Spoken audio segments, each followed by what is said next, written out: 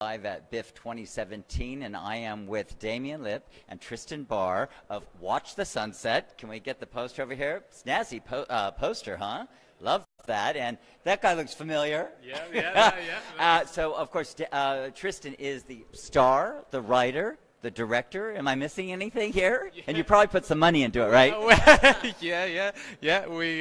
We kind of all had all hats on this production. I guess so, yeah, it was a very tight knit crew, and there was about 10 of us that kind of came together to create this little story in regional Victoria. And Damien, of course, you were the cinematographer on the film.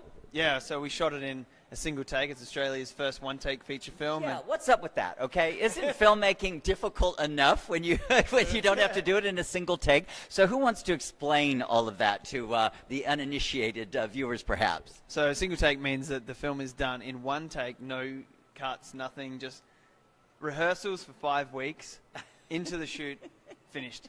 Why were you short on film or something, or what? Like what? Or short on time? No. So logistically, that seems like a nightmare. So, how many times did you have to do it? And be honest. We shot it 5 times, and it was over a period of 5 weeks of rehearsals beforehand, and then we only shot it for the first time in a continuous take on the first day we shot it.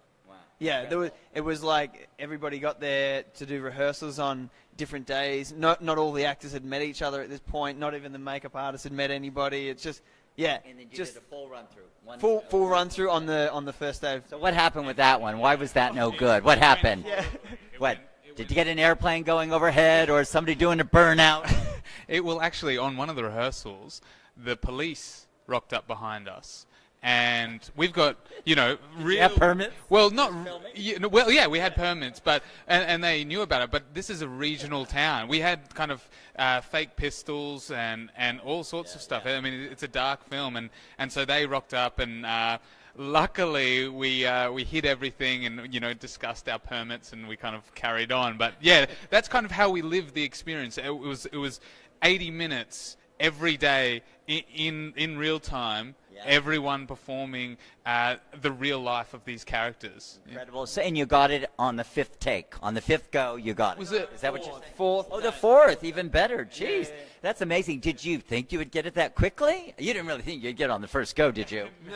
No, we thought, well, yeah, of course. Oh, really? You were hopeful. Yeah, and then on the first day, the camera sort of the gimbal had a bit of a spasm and sort of shot into the sound guys, and I thought, probably should cut them out. So. Not good. Yeah. Not good. That's amazing. So how did this come about? So you wrote it on your own?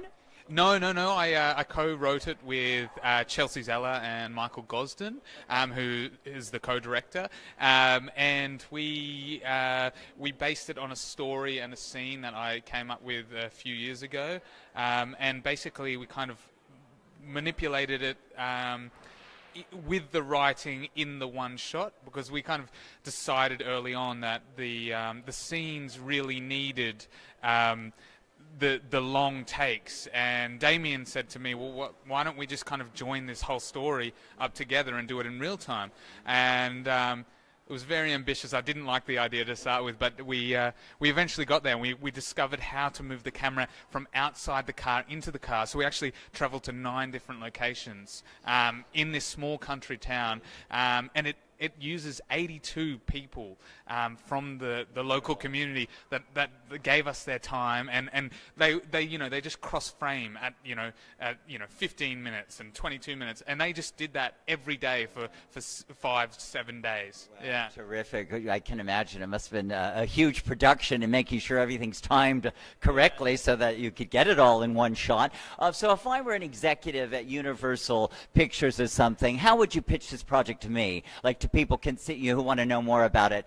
In a nutshell, tell us about the synopsis. Yeah, so it's basically a bikie gang member on the run from his bikie gang that he's... And that's you? That's you?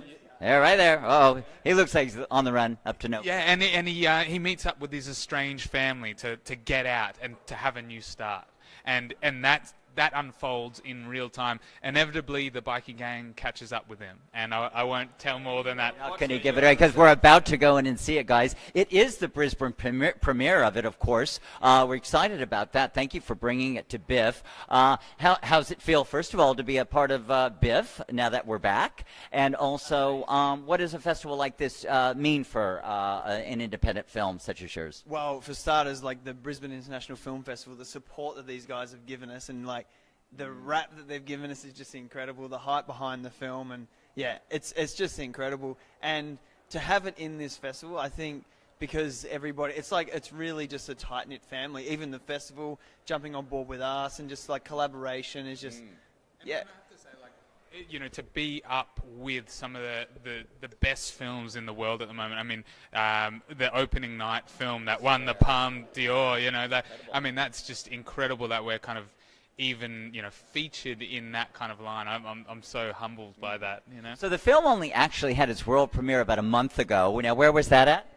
So that was in the Perth Revelation Film Festival. Okay, great. And so it's really only been still wet behind the ears, the film. Yeah. Where will it go from here?